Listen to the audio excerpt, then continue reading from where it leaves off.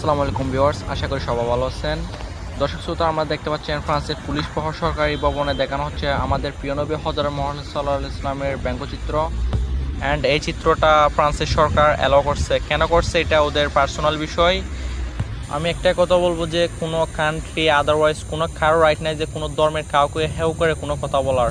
এই দেওয়া দর্শক শ্রোতা, আপনাদেরকে একটা কথা বলা হয় না, সেটা হচ্ছে এই পিকটা কোথায় গেছে। এই পিকটা হচ্ছে ফ্রান্সের একজন শিক্ষক তার স্টুডেন্টদের বোঝানোর জন্য এই পিকটা আর্ট করে বলেন যে ইনি হযরত মুহাম্মদ সাল্লাল্লাহু আলাইহি ইসলাম।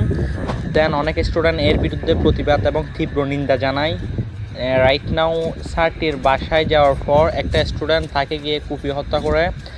যে স্টুডেন্টটি স্যারকে হত্যা করে তাকে ফ্রান্স সরকার এই ক্রসফায়ার দিয়ে হত্যা করে।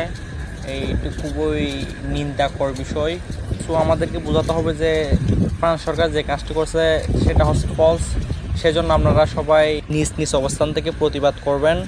দেন এই ভিডিওটা যারা পেয়েছেন তারা সবাই শেয়ার করুন। অবশ্যই আমাদেরকে দেখাতে হবে সোশ্যাল মিডিয়ার মাধ্যমে ফ্রান্স সরকার যে কাজটা করছে সেটা হচ্ছে খুব একটা নিন্দনীয় কাজ।